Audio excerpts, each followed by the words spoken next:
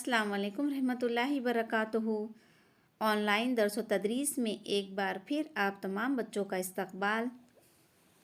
अज़ीज़ बच्चों, आपको मालूम होगा कि हमारे अतराफ बहुत से ऐसे अफराद होते हैं जिनको हमारी फ़िक्र होती है, वो हमारे खैर ख्वाह भी होते हैं, लेकिन कुछ बच्चे उनकी बातों को समझ नहीं पाते और उनकी बताई हुई बातों पर अमल नहीं करते, अपने खेल कूद शरारत में मगन रहते हैं।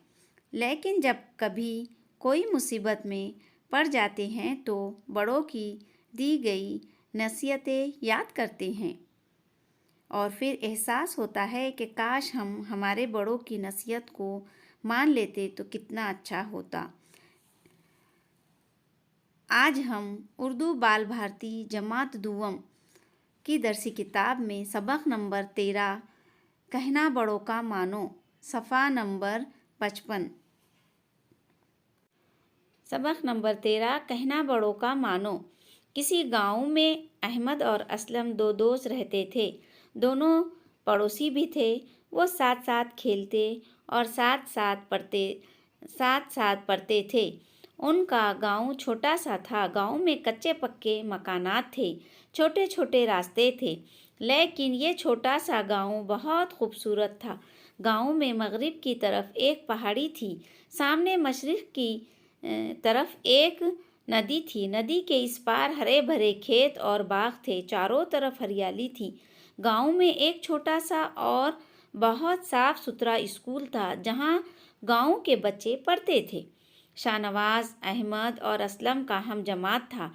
घर के सभी लोग उसे शानू कहते थे। वो बहुत शरीर था। उसका दिल पढ़ने लिखने में नहीं लगता था। वो दिन भर बेकार की बातें करता, खेलता कूदता रहता, नदी में तैरता, गाय भैंस की पीठ पर बैठकर खेतों की सैर करता। वो जिस दिन स्कूल आता शरारतें करता और बच्चों को बेवजह सताता। सब बच्चे उससे परेशान रहते। उस्ताद उसे समझाते, कभी सज़ा भी देते। उसके घर जाते, वालिदैन से मिलते, शिकायत करते, लेकिन शानू पर उसका कोई असर ना होता था। बरसात का मौसम था। इतवार के दिन गांव के सब लड़के नदी के किनारे खेल रहे थे। नदी में पानी का बहाव तेज था। शानू ने दोस्तों से कहा, चलो नदी में तैरते हैं, देखें सबसे पहले कौन दूसरे किनारे पर पहुंचता है। अहमद और असलम ने उसे मना किया। उस्ताद की बात याद दिलाई कि बरसात के दिनों में नदी में तैरना अच्छा नहीं, किसी भी वक्त सैलाब आ सकता है। शानू ने उनकी एक ना मानी और नदी में कूद गया। वो नदी की गहराई से बेखबर तेज़ी से दूसरे किनारे की तरफ बढ़ने लगा। जब वो नदी के बीच पहुंचा तो उसे एहसास हुआ कि नदी का पानी बढ़ने लगा है। अचानक पानी बढ़ता देखकर उसे उस्ताद की नसीहत याद आ गई। वो पीछे की तरफ मुड़ा। पानी तेज़ी से बह रहा था। शानू के लिए तैरना मुश्किल हो रहा था। उसके हाथ पैर और बदन भारी हो गए थे। वो पानी के धारे के साथ बहने लगा। अहमद और असलम किनारे से शानू की ये हालत देख रहे थे।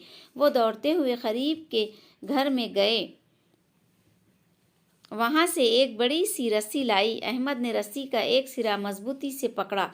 असलम ने दूसरा सिरा शानू की तरफ फेंका। बड़ी मुश्किल से शानू ने रस्सी पकड़ी। अहमद और असलम रस्सी खींचने लगे, साथ ही वो शानू की हिम्मत भी बढ़ा रहे थे। धीरे धीरे शानू किनारे पर आ गया। वो बुरी तरह थक गया था और सर्दी से कांप रहा था। दोनों दोस्त उसे घर तक लाए। उसकी अम्मी ने उसे कंबल उड़ाया। अहमद और असलम उसके पास ही बैठे रहे। अब शाम हो रही थी। शानू भी अब बेहतर महसूस कर रहा था। दोनों दोस्तों ने उसके घर वालों से इजाज़त चाही। उसकी अम्मी ने दोनों को गले लगाया, शाबाशी दी। शानू अपने बिस्तर से ये सब देख रहा था। दूसरे दिन स्कूल खुला। सब बच्चे खुशी खुशी जाने लगे। अहमद और असलम भी स्कूल पहुँचे। उन्हें ये देखकर बड़ी हैरत हुई कि आज शानू ان سے پہلے اسکول پہنچ گیا ہے اور پڑھائی میں مصروف ہے۔ دیکھیے بچوں، ابھی ہم نے کہنا بڑوں کا مانو یہ سبق کی بلند خوانی کیے ہیں۔ آپ تمام بچے بھی اس سبق کی بلند خوانی کیجیے۔ اور آپ نے دیکھا کہ اس سبق میں ہم نے ایک شریر بچے کی سبق کو ہم نے سنا ہے۔